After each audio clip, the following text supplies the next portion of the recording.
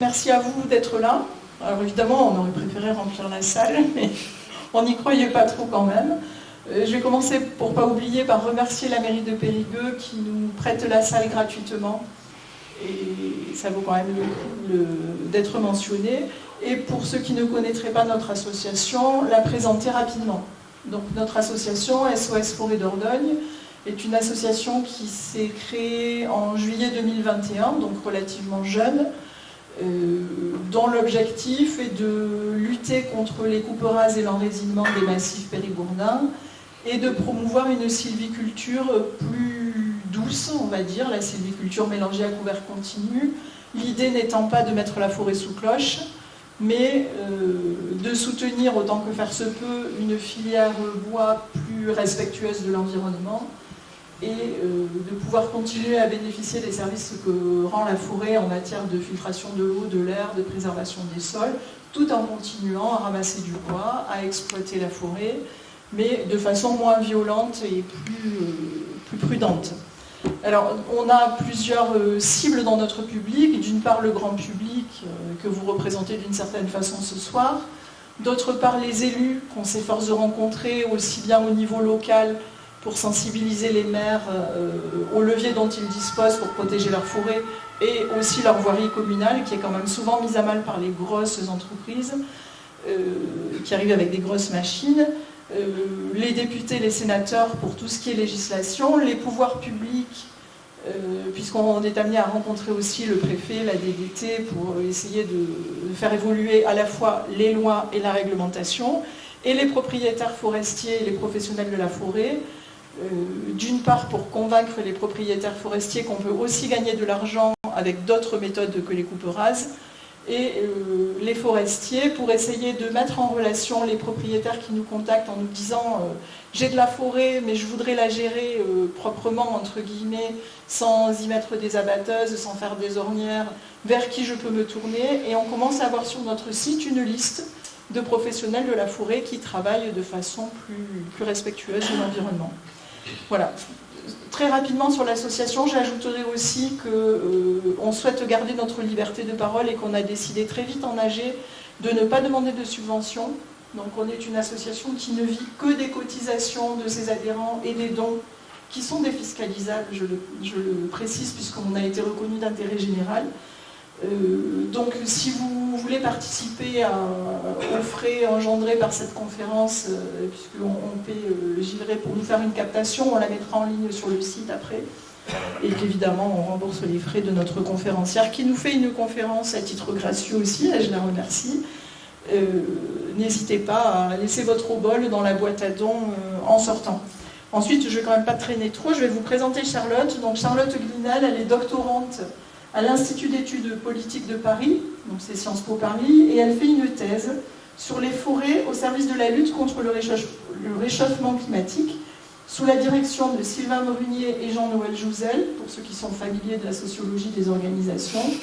Et elle a déjà été lauréate de 2 prix, du premier prix 2023 des jeunes auteurs et autrices de sociologie du travail, pour un article intitulé « Martelé à coups de peinture, une analyse des mutations du travail forestier public », et un autre prix en 2020-2021 sur mobiliser les forêts françaises contre le réchauffement climatique. Donc vous l'avez compris, elle s'intéresse de très près aux forêts et au travail qui les conduit. Et aujourd'hui, elle nous parlera de la tension qui existe entre la mobilisation des forêts dans la lutte contre le dérèglement climatique et les enjeux économiques, en passant par les incidences de ces tensions sur le quotidien des forestiers. J'espère ne pas avoir trop malmené le sujet de ta conférence. En gros, on pourrait dire aussi que font les politiques publiques à nos forêts et aux gens qui y travaillent. Et ce qu'on voulait vous dire un peu en organisant cette conférence, c'est que mieux nous serons informés, mieux nous analyserons les situations auxquelles nous devons faire face, mieux nous jouerons notre rôle de citoyen, parce qu'il ne faut pas oublier que c'est en notre nom que se font les politiques publiques, et que, in fine, en plus de la Commission européenne, c'est à nous que les politiques doivent rendre des comptes. Voilà, c'est un peu le sens de l'organisation de cette conférence, c'est mieux informer pour que les citoyens éclairés puissent faire leur choix après, quand c'est le moment de les faire. Donc je laisse la parole à Charlotte. On va avoir donc une conférence d'une heure, 1 heure et quart, enfin tu verras comment tu règles ça. Et surtout, on espère que la discussion pourra s'engager à l'issue de cet exposé. Quelles que soient les choses que vous ayez à dire, que vous soyez d'accord, pas d'accord, on souhaite que vous puissiez vous exprimer tranquillement, que la parole circule, parce que la démocratie, ça peut être aussi, et ça doit être un lieu de discussion, de controverse, et qu'on ne cherche pas forcément à avoir des salles qui sont toutes d'accord avec nous. Sentez-vous libre si vous ne l'êtes pas, et puis on engagera la discussion. Voilà, je vous souhaite une bonne conférence. Merci. Merci beaucoup. Bonjour à toutes et à tous. J'espère que vous m'entendez bien comme ça. Merci beaucoup Pascal pour l'invitation à l'équipe SOS Forêt Dordogne de pouvoir partager ce que je fais. Parce qu'entre sociologues, on partage souvent auprès d'autres sociologues, moins auprès de Périgourdin. Et donc aujourd'hui, effectivement, je vais vous présenter quelques éléments issus de ma thèse en sociologie que je mène au Centre de sociologie des organisations. Du fait on a commencé un peu tard, je vais peut-être un peu raccourcir la présentation pour qu'on ait quand même le temps de la discussion ensuite. Donc il y aura peut-être des petits raccourcis, n'hésitez pas à poser des questions à l'issue de la présentation. Et là, je vous ai mis mon adresse mail si vous avez envie de discuter et d'échanger plus largement par la suite. Voilà. Donc ce que je vous propose pour aujourd'hui, c'est de commencer par un peu esquisser mon approche, comment on fait pour enquêter sur les forêts en sociologue en 2024. Ensuite, je ferai un petit point sur la mise en tension entre le changement climatique, politique publique et les forêts. Et ensuite, je développerai 3 points que j'ai développés dans ma thèse et qui correspondent en partie à des articles publiés ou qui vont être publiés cette année, liés au contexte de controverse et construction de problèmes publics autour de la forêt, autour de la mécanisation, j'ai évoqué les abatteuses, les ornières tout à l'heure, et enfin je terminerai avec un petit élément sur le martelage. Donc pour commencer, étudier les forêts en sociologue au XXIe siècle, donc, ma thèse s'intitule provisoirement « Mobiliser les forêts françaises face au réchauffement climatique, une sociologie de la gouvernance et du travail du vivant ». Au départ, en fait, quand j'ai commencé en 2019 à travailler sur les forêts françaises, l'angle que j'avais pris en élaborant le projet de thèse avec Sylvain et Jean-Noël, c'était d'étudier comment le réchauffement climatique redéfinissait les politiques forestières. Et donc, on entendait beaucoup parler, dans les rapports, etc., des questions de carbone. Et très rapidement, sur le terrain, en fait, je me suis dit, le truc, c'est les travailleurs forestiers, parce qu'en fait, toutes ces forêts, elles sont transformées. Il y a des gens qui travaillent au quotidien derrière. Il y a des gens qui se mobilisent, notamment en forêt publique, pour dénoncer une certaine souffrance au travail. Et peut-être, pourquoi pas prendre au sérieux tous ces éléments-là, tous les débats techniques professionnels qui apparaissent dans l'arène publique pour les étudier plus précisément. Et en fait, tout ça, ça s'intègre dans un contexte à la fois social que l'on partage et un contexte scientifique particulier qui correspond, dans ce début du XXIe siècle, au développement de ce qu'on appelle les humanités environnementales, d'une part, et d'autre part, on y reviendra, la sociologie du travail écologique. Et donc, les humanités environnementales, pour faire bref, c'est l'idée de dire, en fait, la nature, c'est un concept occidental. Et en fait, c'est pas quelque chose qui est universel. Et dans une certaine mesure, on pourrait dire que la forêt, ce n'est pas naturel. Et c'est pour ça qu'en tant que sociologue, vu qu'il y a des humains, on peut s'y intéresser. Le cas le plus emblématique, pour vous qui n'êtes pas trop loin, ça pourrait être dire toutes les forêts plantées des Landes de Gascogne. Effectivement, c'est pas naturel, on sait que ça a été planté il n'y a pas longtemps, etc. Ensuite, il y a aussi toutes les futaies, régulières, irrégulières, qu'on trouve notamment dans le nord de la France, qui en fait sont le produit de choix sylvicoles au fur et à mesure des générations depuis quelques dizaines, voire centaines d'années. Et en fait, c'est aussi vrai ailleurs, parce qu'on pourrait dire, oui, mais il y a quand même des forêts primaires en Amazonie, etc. Et en fait, il y a des archéologues qui travaillent dessus, et qui montrent que en Amazonie, il y a des gens qui y habitent et qui ont habité depuis très très longtemps.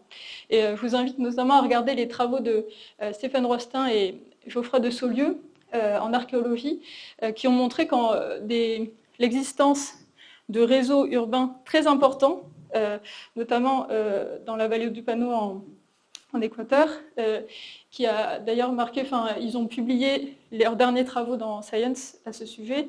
Il y a un petit podcast sur France Culture qui est assez intéressant sur le sujet. Et bref, ça fait des 30 ans maintenant, je pense, qu'ils travaillent à montrer tout le façonnage en fait, du paysage actuel par l'existence en fait, de sociétés humaines depuis longtemps avec une certaine division du travail. Et en fait, quand on revient en France, parce qu'on est quand même assez éloigné, mais en fait, il n'y a pas vraiment de forêt primaire. Quelqu'un tout à l'heure me parlait effectivement de forêts anciennes. Il y a des forêts, beaucoup de forêts en libre évolution, notamment dues à la déprise agricole. Et il y a aussi beaucoup de forêts qui sont façonnées dans un contexte qui est le nôtre, qui est une société capitaliste et marchande, où éventuellement on vend du bois, et ce qui va de pair en fait avec une division du travail assez complexe, où il y a des professionnels forestiers qui sont en interaction entre eux dans un certain marché, qui sont aussi en interaction avec ce qu'on appelle les usagers dans le jargon forestier que nous représentons, et enfin qui sont aussi en interaction avec l'État, qui intervient au moyen de politiques publiques, à la fois de réglementation, d'incitation financière, etc., etc. Et en fait, tout cela met en avant une question qui est le travail et qui, comme je le disais tout à l'heure, est aussi mis en relief par les débats actuels sur les forêts. Est-ce qu'il faut des coupes rases ou non? Est-ce qu'il faut ou non planter? Quelles essences? Des questions du coup en termes plutôt de débat technique, des questions en termes d'activité du travail et aussi des questions en termes de définition professionnelle, parce qu'être gestionnaire forestier en 2024, ce n'est pas être gestionnaire forestier en 99 ou encore avant. Et donc, il y a beaucoup d'évolutions qui valent le coup d'être étudiées. Et donc, c'est pour ça que je propose un peu de faire une sociologie des forestiers en étudiant des forêts en étudiant les forestiers. Ce n'est pas nouveau. Dans les années 70, il y a eu toute une équipe qui s'est constituée autour de l'INRA, avec Bernard Calahorra, Raphaël Larère, etc., qui en fait sont des pionniers de la sociologie de l'environnement en France, et qui en fait, au début, ont étudié le corps des ingénieurs forestiers notamment. Ensuite, dans les années 2000, il y a eu un peu un renouveau, pareil à l'INRA, à l'AgroParisTech, avec les travaux de Philippe de Ficq, Vincent Banos, Arnaud Sergent, Marie Blondet, donc à la fois à Bordeaux et à Nancy, dans des pôles forestiers assez importants. Et petit à petit, les forêts et les forestiers ont intéressé de plus en plus aussi les universitaires en sociologie des sciences, en sociologie aussi des représentations vis-à-vis de ce que peut représenter la nature, etc. Donc, je vais vous présenter assez rapidement mon enquête. Donc, je fais de la sociologie, et ce qu'on appelle la sociologie en utilisant des méthodes qualitatives. Qu'est-ce que ça signifie? Ça signifie qu'on fait des observations, souvent des entretiens, et on analyse aussi des sources écrites. Donc, qu'est-ce que les observations? Je vais faire juste un petit encadré pour expliquer ce qu'on entend par là, en reprenant une définition d'Everett Hughes, qui est un sociologue américain, qui disait que l'observation des gens in situ, c'est les rencontrer là où ils se trouvent, de rester en leur compagnie en jouant un rôle qui est acceptable pour eux, et qui permettent d'observer de près certains de leurs comportements, et d'en donner une description qui soit utile pour les sciences sociales, tout en ne faisant pas de tort à ceux que l'on observe. Ça signifie qu'on suit des gens dans leur travail, dans leurs activités, etc. Et ne pas leur faire de tort, c'est sur le moment et aussi ensuite garder l'anonymat des personnes qu'on rencontre pour pas qu'il y ait d'éventuels conflits, ce qui est assez important dans le contexte controversé qu'on a aujourd'hui, par exemple, quand on étudie, par exemple, l'Office national des forêts. Et donc, qui est-ce que j'ai rencontré? Où est-ce que je suis allée voir ces personnes-là?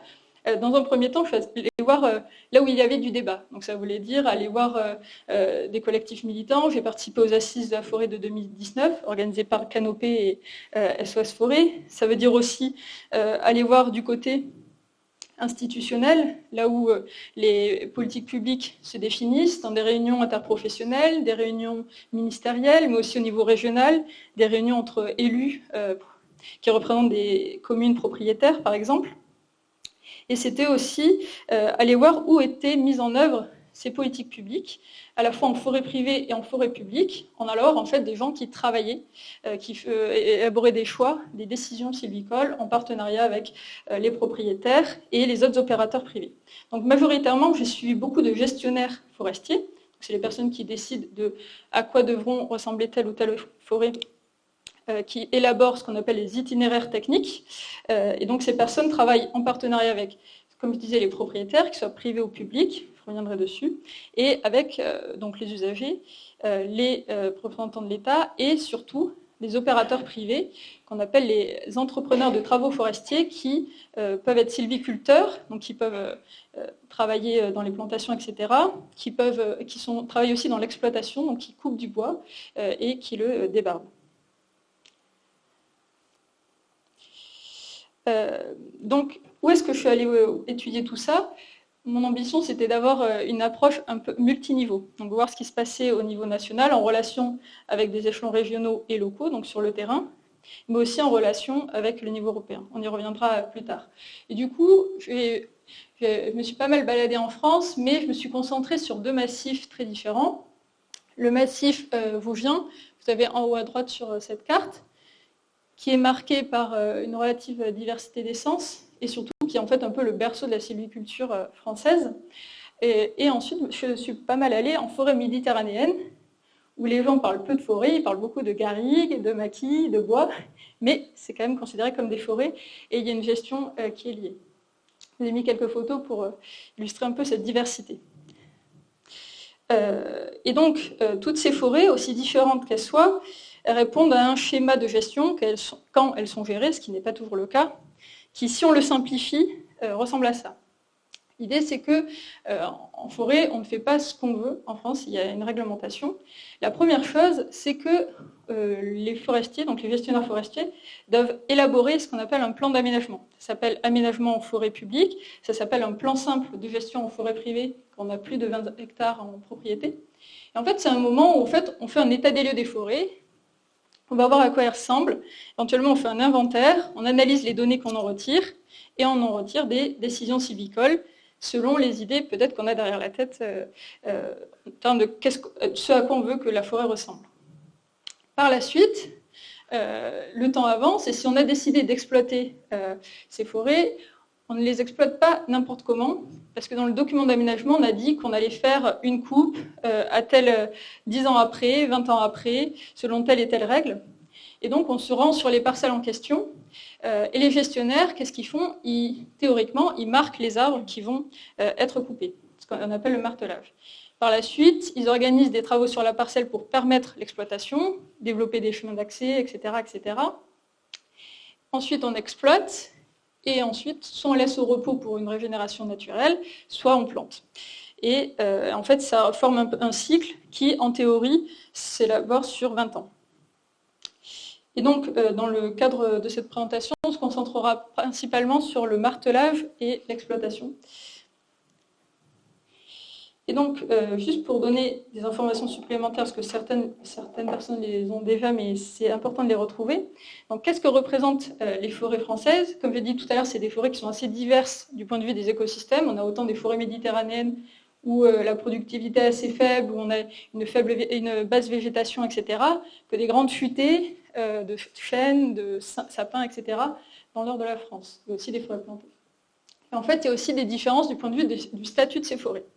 Les forêts françaises, c'est 1/3 du territoire national hexagonal. Ça représente près de 17 millions d'hectares, ce qui est très important, auquel il faut ajouter 8 millions d'hectares en Guyane. Donc en fait, la forêt, c'est quand même une grosse partie du territoire français, mais elles sont gérées différemment selon qu'il s'agisse de forêts privées ou de forêts publiques. Le cas le plus simple à comprendre, c'est les forêts publiques. C'est les forêts qui relèvent de ce qu'on appelle le régime forestier.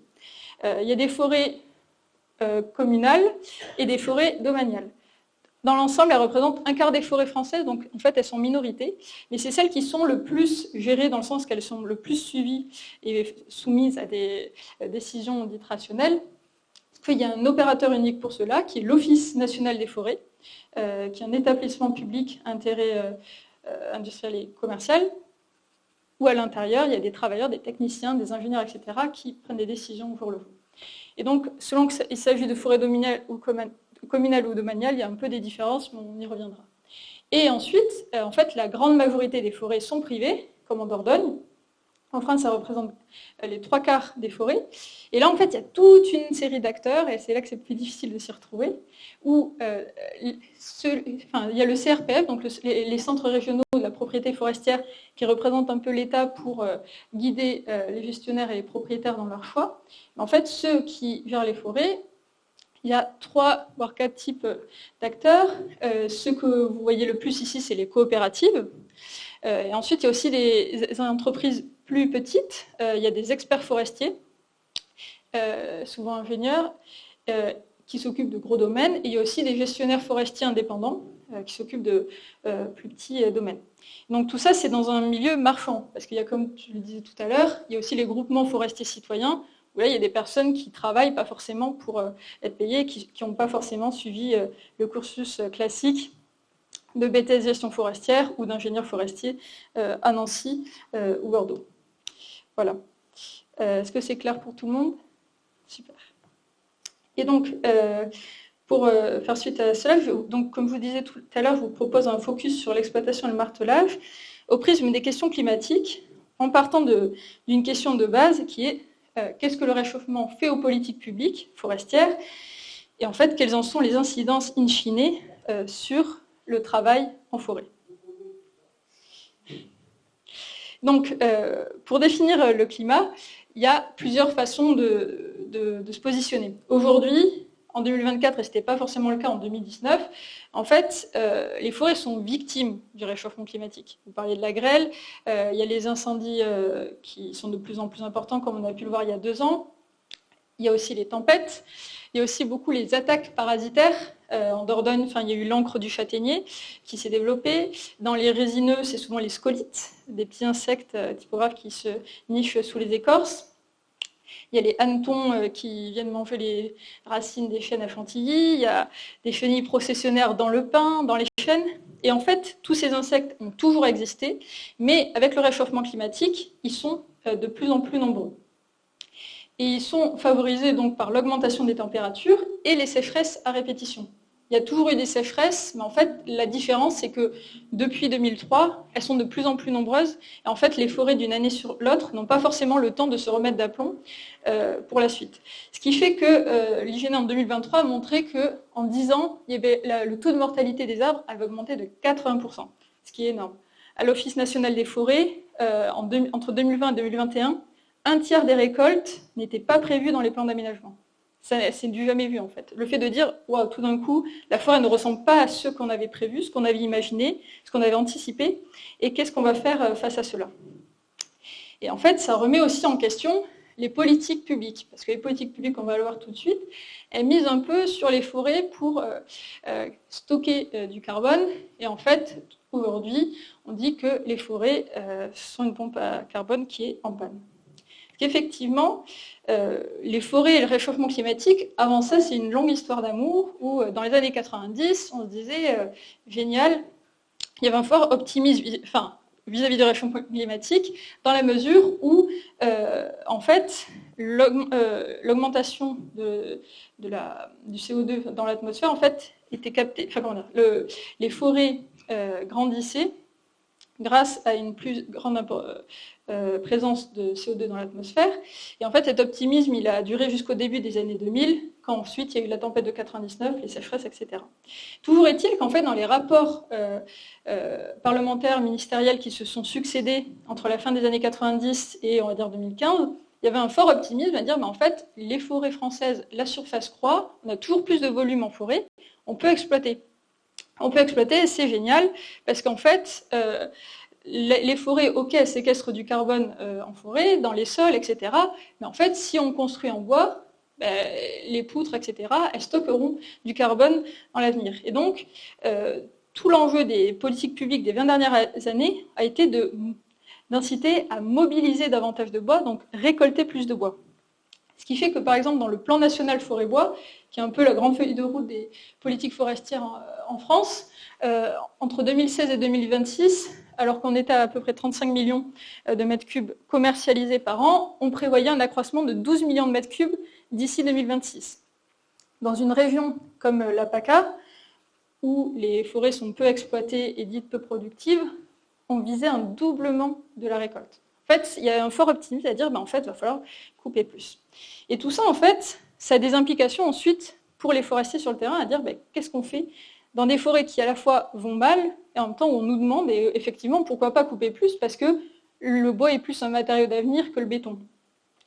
Ce qui fait que le climat, en fait, il a un effet double sur les politiques et surtout sur la gestion, où à la fois il est vu comme une ressource, parce qu'en fait, il légitime une augmentation de récolte, et en fait, ça va aussi avec des financements, enfin, les plantations, etc., France 2030 aujourd'hui, tout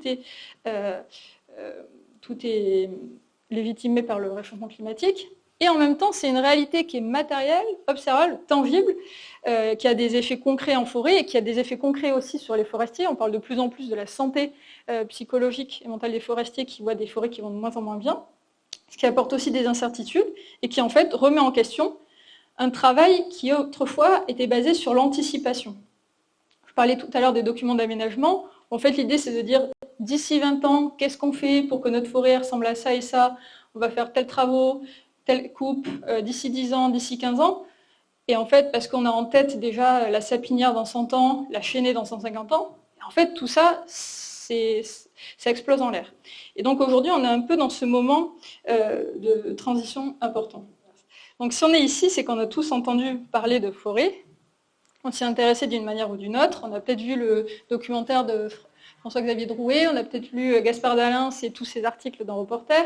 Bref, on parle de plus en plus de forêts qui à la fois vont mal, de forêts qu'on exploite de manière qu'on ne comprend pas forcément, et aussi de forestiers qui vont mal. Et en fait, la situation où on est aujourd'hui, d'un point de vue politique, elle est liée non seulement à, comme je disais tout à l'heure, la définition de politique publique qui favorise l'exploitation de bois, mais aussi à l'élaboration d'un problème public qui est venu en fait du monde forestier. Je vais m'expliquer en quelques temps. La première chose, c'est qu'en fait, en France, les forêts, notamment publiques, sont gérées historiquement par le corps des ingénieurs des eaux et forêts, et ensuite de leurs techniciens, gardes forestiers, etc., qui en fait est institué depuis très longtemps. Les forestiers aiment beaucoup rappeler l'historique de Philippe le Bel, etc. Ça fait 700 ans qu'on a une administration en France. Et en fait, c'est très important parce qu'en fait, l'État, après notamment la Révolution française, s'est construit, entre autres, avec les forêts. Et c'est assis sur le travail de toutes ces personnes. Et en fait, depuis depuis les années 60 et surtout depuis une vingtaine d'années, il y a un peu une remise en question du monopole de ces personnes pour décider de quoi faire en forêt. Et en fait, il y a des controverses sociotechniques et sylvicoles qui traversent le monde forestier pour dire comment mieux adapter les forêts au réchauffement climatique. Le contexte aussi qu'on a aujourd'hui, c'est en fait un contexte jusqu'à récemment de désinvestissement important de l'État vis-à-vis des politiques forestières. Par exemple, peut-être qu'ici, il y a certains qui connaissent le Fonds forestier national, qui en fait, après la Seconde Guerre mondiale, en 1946, a été mis en place pour planter notamment des résineux, pour favoriser l'industrie française. Et en fait, le FFN a irrigué le monde forestier de millions et milliards de francs pendant 50 ans. Et en fait, en 99, paf, ça s'arrête.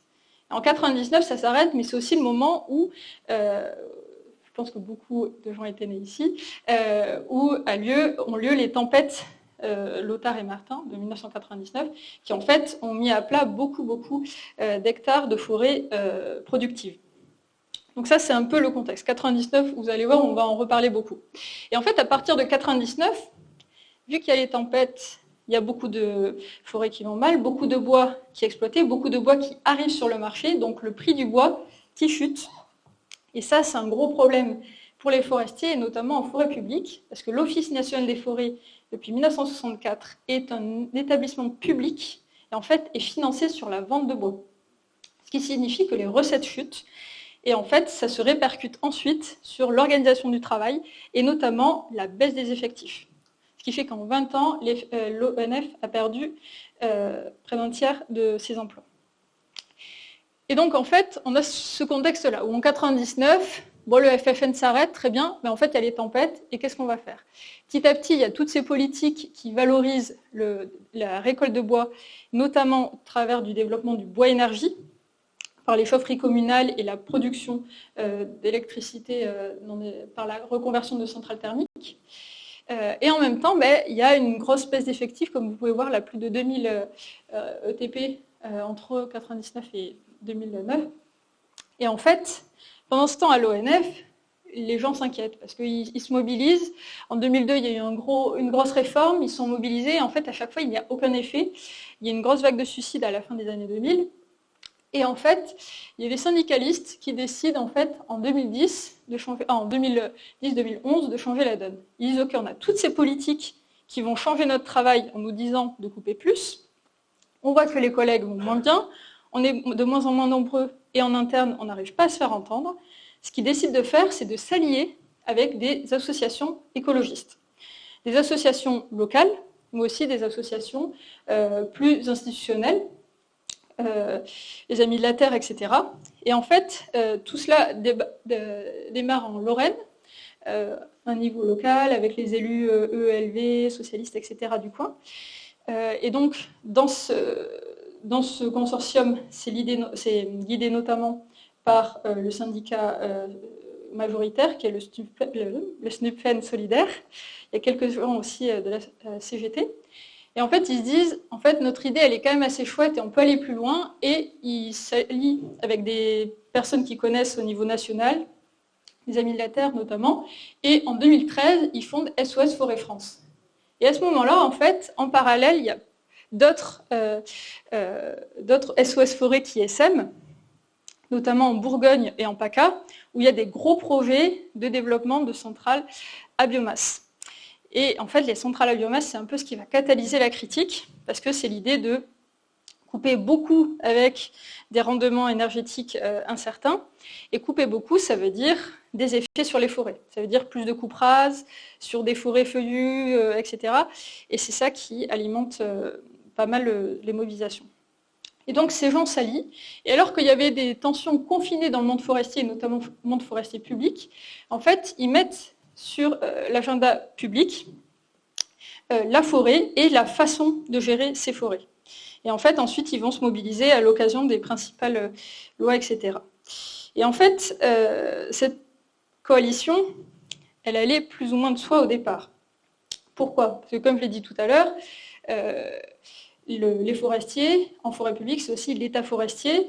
C'est pas forcément qui d'une part, il y a une histoire assez complexe quand même avec, dans certaines régions, vis-à-vis du contrôle des territoires, etc. C'est aussi un établissement qui exploite du bois, ce qui fait que les personnes font parfois, quand je les interrogeais par la suite, m'ont beaucoup parlé de tensions initiales, notamment Philippe, qui est en Bourgogne, qui disait localement, il y a eu des associations qui, pour certaines, ont été dans un anti-ONF primaire.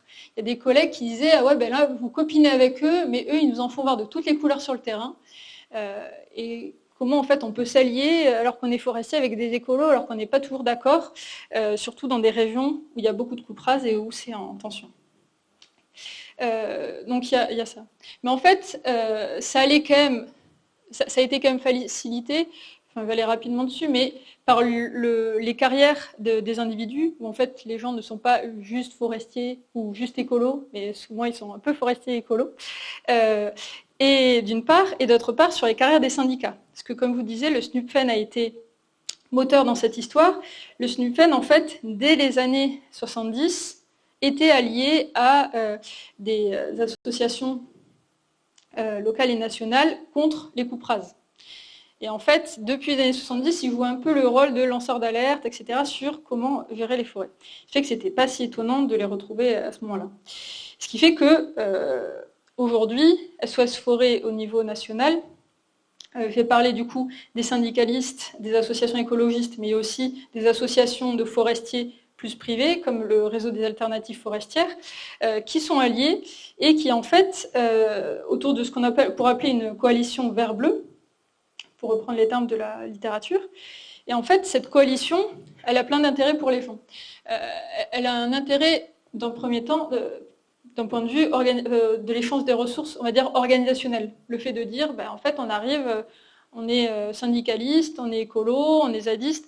En fait, on arrive avec un capital social qui est différent, avec un carnet d'adresses pour diffuser les informations, etc., qui est différent, et du coup, on va pouvoir mobiliser au-delà de son propre monde. Et un autre échange de ressources qui est beaucoup mis en avant, c'est plus un échange de ressources qu'on pourrait dire cognitive. Le fait d'échanger sur nos manières de voir la forêt, nos manières de comprendre la forêt et finalement de comment la gérer. Et ce qui fait qu'en fait, SOS Forêt, il a ça de particulier que ce n'est pas que des naturalistes qui veulent arrêter l'exploitation forestière. Comme vous l'avez dit tout à l'heure, c'est des personnes qui veulent gérer différemment la forêt. Et en fait, ce qui fait que SOS Forêt au niveau national et au niveau local, en fait, c'est aussi le développement d'une conception de la forêt qu'on pourrait qualifier d'écologique, qui prend en compte tant les écosystèmes que les travailleurs humains, et qui se retrouve autour d'un type de sylviculture particulière, qui est la sylviculture proche de la nature. Donc si vous êtes ici, c'est peut-être que vous savez déjà un petit peu ce que c'est la sylviculture proche de la nature. Pour expliquer ce que c'est en gros un type de sylviculture où il y a plusieurs sous-champs en dessous, mais qui part du principe que pour conserver l'état boisé d'une parcelle, mais en fait on veut conserver une canopée en forêt. C'est la chose de base. C'est une sylviculture à couvert continu. C'est une sylviculture aussi qui promeut le mélange d'essence, le mélange d'âge, le mélange de taille. Et en fait, ce type de sylviculture, il existe depuis longtemps, mais en fait, en forêt publique notamment, mais aussi en forêt privée, il a été beaucoup rabattu par le développement de l'administration forestière. C'est-à-dire qu'au début, à la fin du 19e siècle, au début du 20e siècle, il y avait déjà des controverses sur ce type de forêt. Est-ce que c'est bien ou pas de garder un couvert continu, de garder des structures, on appelle ça irrégulières. Et en fait, dans les années 90, il y a une réactivation de ces controverses. Et en fait, au début, les forestiers qui défendent la sylviculture mélangée à couvert continu sont des forestiers plutôt en marge. C'est un peu des marginaux de la foresterie. Ou en tout cas, ils se sentent marginaux. Et en fait, petit à petit, ils arrivent quand même à se faire entendre. Ils ont quand même des petits financements du ministère de l'écologie. Il y a quand même des gens à l'ONF qui sont dans cette mouvance, etc. Ils se forment autour d'une association, ProSylva.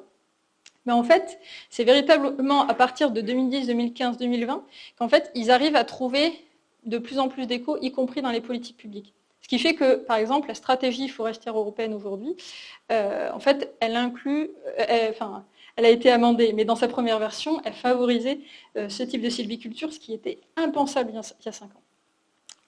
Bref, tout ça pour dire que les coalitions militantes et forestiers qui se développent en France, elles défendent la sylviculture à couvert continu. Pourquoi ? Parce qu'elle permet de conserver des paysages qui ressemblent à des forêts telles que les entendent ces personnes. Elle permet aussi de développer,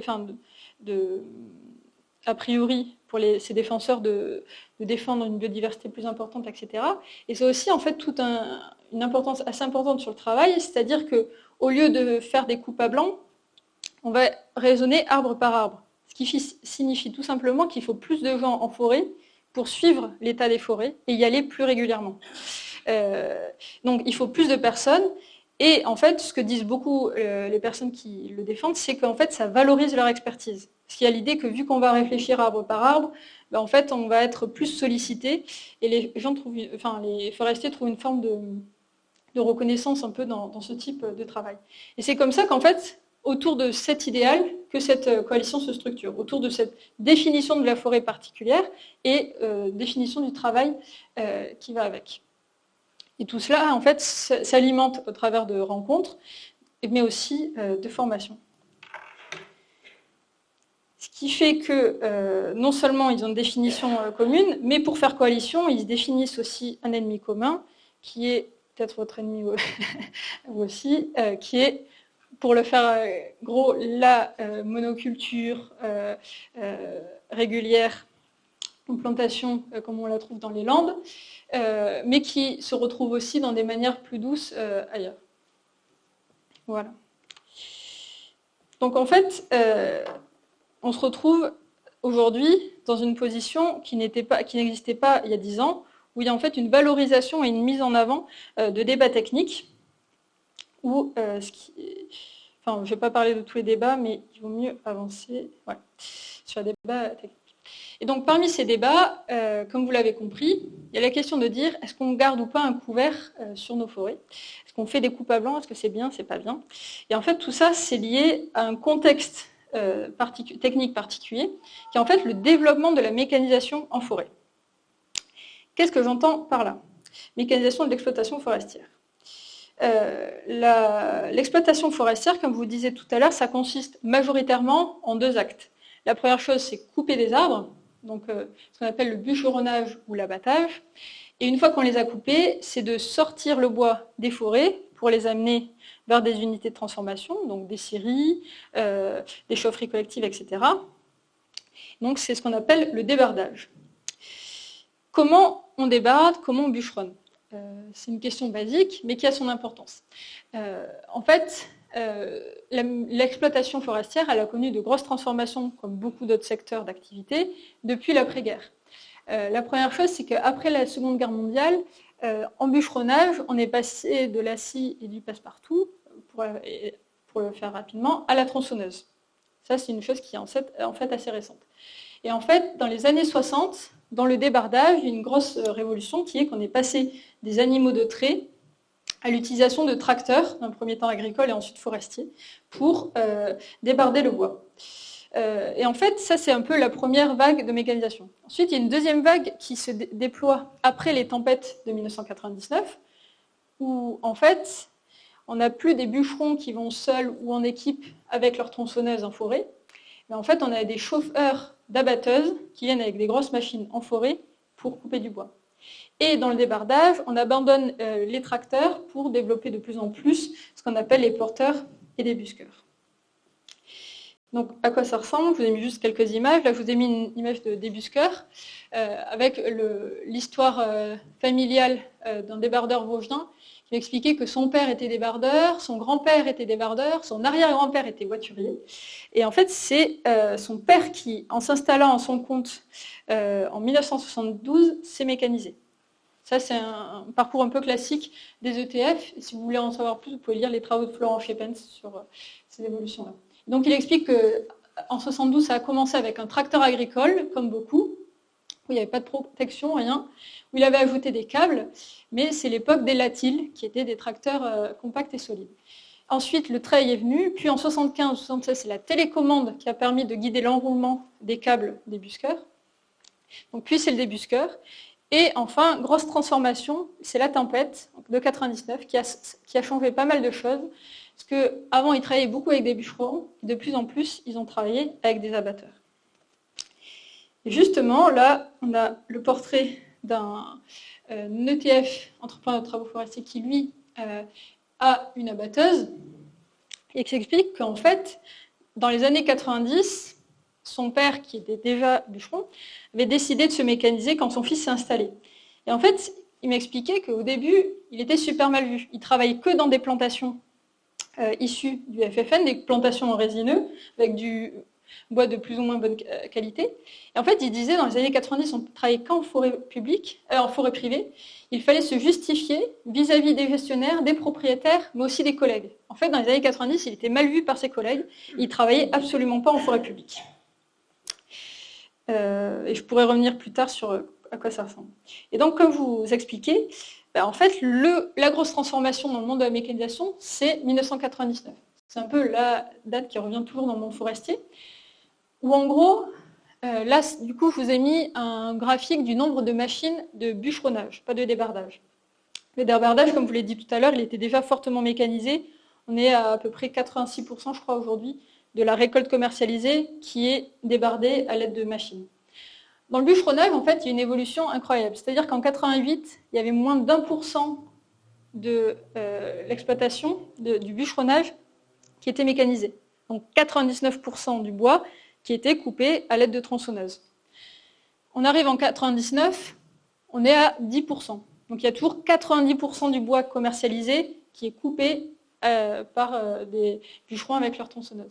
Et en fait, à partir de 99, les forestiers se retrouvent avec tellement de bois à couper et dans des conditions très pénibles qu'en fait, l'État débloque des fonds pour acheter des abatteuses. Et vous voyez, entre 1999 et 2002, quasiment on double le nombre d'abatteuses. Et à partir de là, il y a l'explication 99, et ensuite, il y a une évolution qui revient à ce qu'on disait tout à l'heure, c'est que non seulement l'État, mais aussi l'Union européenne, au travers du fonds FEADER et les régions, débloquent des fonds pour encourager la mécanisation forestière. On y reviendra tout à l'heure sur...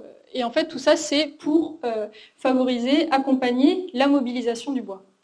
Et en fait, ça arrive dans un contexte qui est particulier. C'est-à-dire qu'il y a ceux qui disent « oui, mais les machines, c'est mal, etc. » Le problème, qui est souvent mis en avant en face, c'est qu'en fait, le nombre de travailleurs forestiers pour l'exploitation a largement diminué. L'exploitation est assurée majoritairement par ce qu'on appelle des entrepreneurs de travaux forestiers, qui ont connu en fait une diminution de 21% entre 2003 et 2019, ce qui est très important. Ce qui est aussi souvent mis en évidence, c'est que le travail de l'exploitation forestière, c'est un travail qui est très pénible. L'espérance de vie moyenne d'un bûcheron s'établit à 62 ans et demi. On a plus de 80 ans en moyenne pour une femme, en moyenne. Pour dire la grosse disparité. C'est une des espérances de vie les plus faibles qui existent en France. Ce qui fait que ça va aussi de pair avec des accidents du travail très graves. Encore en 2017, c'était le secteur qui présentait l'indice de fréquence des accidents du travail le plus important du monde agricole. Quand bien même, entre 2008 et 2017, le nombre d'accidents a diminué d'un tiers. Donc en fait, ça reste quand même un secteur très pénible, très dangereux, même si en fait le risque s'amoindrit. Le risque s'affaiblit notamment du fait de la mécanisation, qui pose d'autres problèmes. Donc ça, c'est un aspect. D'un point de vue économique, comme je disais, les ETF sont de moins en moins nombreux. Il s'agit majoritairement d'entreprises unipersonnelles, donc d'anciens bûcherons qui s'étaient installés, ou héritiers de bûcherons qui s'étaient installés seuls, qui décident potentiellement d'investir. Mais en fait, investir, c'est investir beaucoup. Des machines de bûcheronnage ou de débardage, ça coûte très cher. Aujourd'hui, ça coûte entre 350 et 500 000 euros. Mais en fait, pour certains, ça ne coûterait pas grand-chose. Pour les ETF, ça coûte beaucoup. Parce que, une enquête a été menée récemment qui montrait que le chiffre d'affaires annuel moyen par emploi équivalent temps plein est d'environ 100 000 euros. Donc ça veut dire qu'il faut beaucoup travailler pour rembourser. Et il faut d'autant plus travailler que, en fait, l'exploitation forestière, c'est un travail qui est payé à la tâche. C'est toujours payé au mètre cube. Avec potentiellement des clients en monopsone, ce qui fait qu'en fait, on est dans un contexte où il y a une forte tension sur le nombre d'heures travaillées pour pouvoir rembourser ces machines. Ce qui fait que vous me direz, pourquoi investir aussi cher alors qu'on a de faibles chances d'amortir rapidement et en travaillant en fait beaucoup. Et en fait, comment ça a été rendu possible? C'est comme je vous l'ai dit tout à l'heure, par les financements publics du FEADER, des régions de l'État, qui en fait en ont fait un domaine prioritaire, avec l'idée que pour soutenir la mise en œuvre de la gestion durable des forêts, il fallait moderniser les techniques forestières et notamment investir dans des machines et permettre l'investissement. Ce qui fait que cela s'est développé dans un contexte particulier, comme je vous disais tout à l'heure, le développement du bois énergie, notamment en région PACA où c'est un peu le gros aujourd'hui de la valorisation du bois. Tous les acteurs rencontrés disaient en fait il y a une grosse différence quand on a ouvert les grosses centrales, où en fait tous les engins ont été achetés à ce moment-là. Et au niveau national, il y a une enquête qui a montré que 2/3 des engins qui étaient dédiés au bois énergie ont été acquis entre 2015 et 2016, qui sont des années de mise en route, notamment de centrales à biomasse. Donc en fait, on ne pourrait pas mécaniser sans financement, sans les politiques publiques, et c'est une volonté qui est assez claire. Et qui pourtant, en fait, a mis du temps à se mettre en place. Pourquoi? Parce qu'en fait, il y avait une résistance du monde forestier. Comme vous disiez tout à l'heure, il y a beaucoup de bûcherons qui étaient là, en fait, travailler avec des grosses machines de 20 tonnes en forêt, ça ne va pas du tout, c'est pas comme ça qu'on devrait faire. Du point de vue des gestionnaires, il y a, selon les régions, il y a plus ou moins une bonne, un bon accueil, bonne adhésion à ce type de technique. Toujours est-il qu'aujourd'hui, quand même, la critique de la mécanisation, elle porte avant tout sur les sols. Tu as parlé tout à l'heure des ornières. On considère qu'au premier passage d'un engin, 80% du tassement du sol se fait. Ce qui fait qu'en fait, il y a un peu un caractère quasi irréversible du tassement des sols. Et en fait, cette critique, elle est portée notamment du coup, par les associations écologistes comme Canopé, qui, dans le rapport qu'ils ont fait là, de 2021-2022, a publié cette image prise par drone qui est assez évocatrice de tous les passages des engins qu'on peut voir sur une coupe rase. Et en fait, cette préoccupation, donc, elle est reprise par les écologistes qui disent en fait c'est un problème parce que on détruit la vie du sol, etc., etc. Et c'est quelque chose qui est pris en compte de manière croissante dans l'action publique. Comment? Par des guides pratiques. Assez rapidement, dès 2009, l'ONF, au bout de 10 ans, développe un guide pratique qui explique qu'est-ce qu'on peut faire vis-à-vis de l'arrivée de ces machines, qui paraît irrémédiable, parce qu'en fait, on dit, vu qu'il y a moins de travailleurs, on a quand même besoin de ces machines. Et ensuite, c'est repris par l'ADEME, c'est repris aussi dans les politiques plus générales. Et on le retrouve de manière plus ou moins contraignante dans les cahiers des charges sur les critères d'éligibilité pour se faire subventionner des machines. Ce qui fait qu'il y a eu une relative évolution dans juste la morphologie de ces machines. Là, c'est une chef d'entreprise d'une PME qui fabrique des machines forestières qui m'expliquait que la grosse évolution depuis qu'elle travaille dans ce domaine, c'est des têtes qui sont plus rapides d'abattage, donc on peut aller plus vite parce qu'on a besoin de faire du rendement. Mais c'est aussi des pneumatiques qui sont plus larges, qui font 600 à 700 mm, donc 60 à 70 cm de large, qui ont des profils de pneus différents, à plus basse pression et qui sont aussi plus nombreux. Donc ça, c'est une évolution qui existe. Par ailleurs, les autres évolutions, c'est aussi une puissance croissante, parce qu'on a besoin de rendements importants pour en fait rembourser ces machines qui s'usent vite, parce qu'en forêt, ça s'use vite. Une autre évolution, c'est la question du confort, de la sécurité. Un autre élément, c'est aussi les dimensions qui en fait ne cessent de grossir et qui, là aussi, tout le monde n'est pas d'accord. Ça va très bien si on fait de la coupe rase, mais en fait, si on est sur de la coupe sélective et qu'on va en forêt avec des grosses machines, on a plus de chances de détruire juste tout simplement les arbres autour qu'on ne devrait pas couper. Et donc, une des grosses transformations, mais qui peine à s'installer, c'est pas tant sur les machines, où en fait, elles continuent d'aller en forêt et quand même à tasser du sol, mais c'est à comment on transforme les forêts pour les adapter à une nouvelle exploitation. Avant, le bûcheron, il pouvait aller à pied un peu partout. On pouvait faire passer, il y a 60 ans, des percherons. Maintenant, il faut qu'on travaille avec des machines qui font parfois 3-4 mètres de large, qui sont assez hautes. Les abatteuses, leur mode de fonctionnement, c'est qu'en fait, elles ont comme des bras qui permettent d'aller trouver des troncs, de les couper, de les ramener, etc. Donc c'est quand même assez invasif.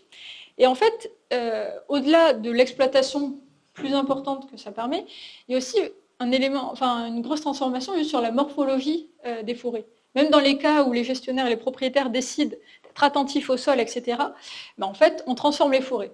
Et comment ? Notamment en développant ce qu'on appelle des couloirs de cloisonnement.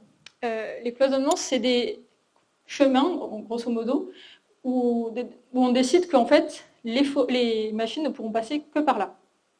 Donc on les désigne à l'aide de peinture, et en fait, à l'avenir, les machines ne pourront pas passer par ailleurs en forêt, seulement par ces couloirs, et aller chercher les bois grâce aux câbles ou grâce à leurs bras. Et en fait, ça se matérialise concrètement dans des chemins qui ne sont pas empierrés, mais qui en fait, avec les tassements réguliers, n'ont plus de végétation ligneuse qui pousse. Donc ce qui fait qu'à la fois, c'est développé pour dire comme ça on ne tasse pas tout, mais en fait ça reste quand même assez controversé, et ça reste une technique qui est notamment utilisée en forêt de plaine. En forêt de montagne, en fait il n'y a pas besoin, parce qu'en fait dans tous les cas on ne peut pas aller avec des machines, donc on est obligé de travailler au câble et manuellement. Je vais vous présenter un autre aspect du travail forestier qui s'est aussi métamorphosé depuis 1999, on y revient tout le temps, qui est le martelage en forêt publique. Le martelage, c'est l'acte qui consiste à désigner, à marquer des arbres qu'on décide de conserver ou au contraire d'abattre. Donc comme vous pouvez le voir peut-être sur la photo ici, c'est dans une chaînée hêtrée en futée régulière. Vous avez des hêtres et des chênes. Vous voyez au premier plan, là il y a un trait rouge sur l'arbre.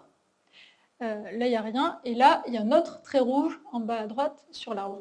Et en fait, pourquoi? En fait, l'idée, c'est que là, les deux hêtres sont marqués, sont un peu, vous voyez, de plus faible diamètre, pour être coupés, afin de permettre au chêne qui est derrière de grandir toujours plus.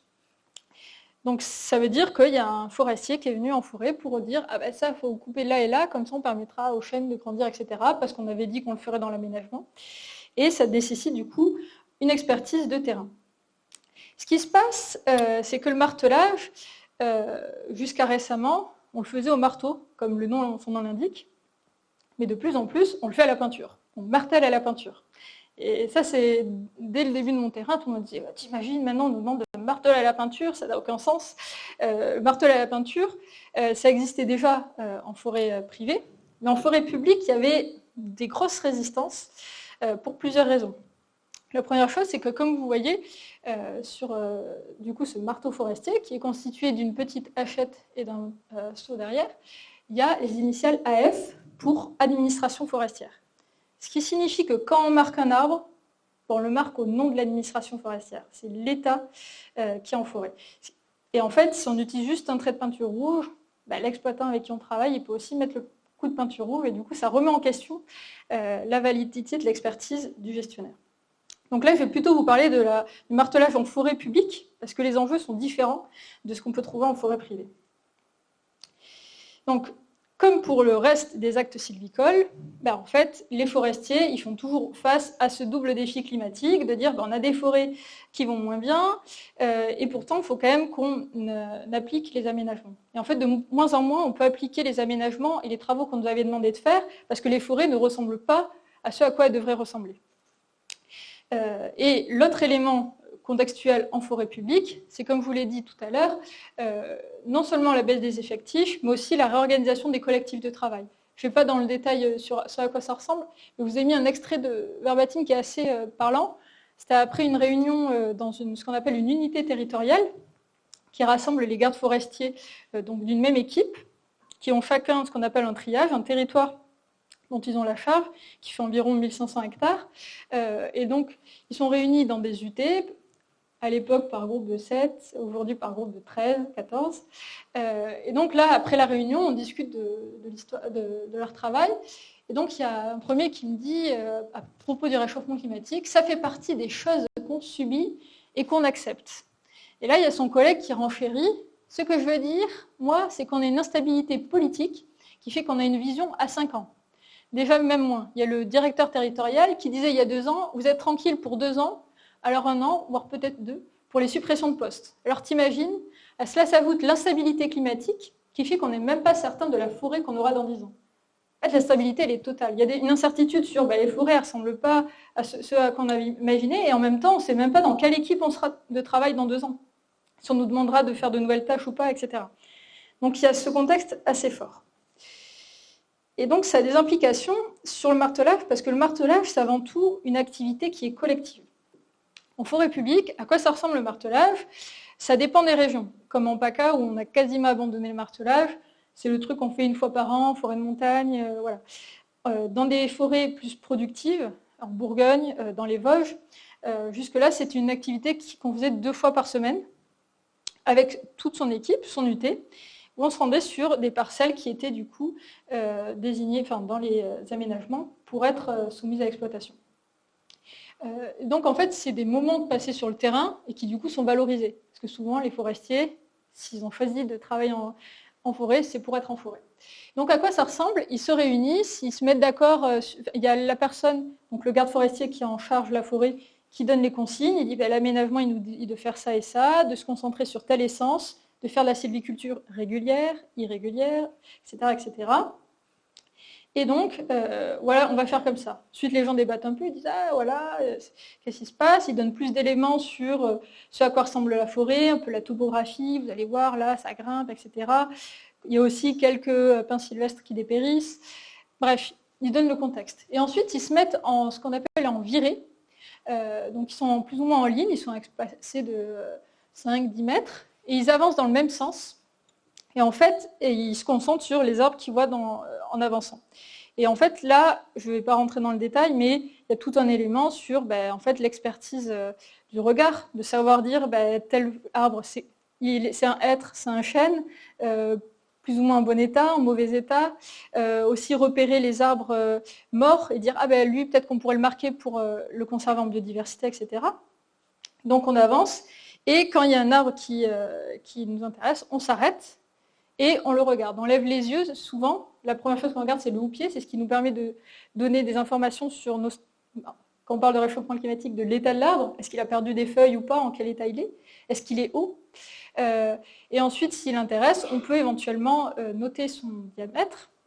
Et si on le marque pour l'exploiter, on crie, on l'appelle en donnant des indications sur l'arbre. C'est-à-dire que si on a décidé de marquer un hêtre, comme tout à l'heure, et en fait ce hêtre il fait à peu près 30 cm de diamètre, on crie feuillard 30, et là il y a un pointeur qui a un gars devant, qui est souvent le mec un peu plus vieux, qui est plus fatigué, qui répond feuillard 30 et qui note sur son carnet. Ça, c'est la façon de faire traditionnelle. Aujourd'hui, ça existe de moins en moins parce que l'ONF a développé des logiciels sur des smartphones, c'est pas un smartphone, mais sur des logiciels sur smartphone qui permettent de mettre directement les informations dedans, ce qui fait que le pointage est assuré individuellement.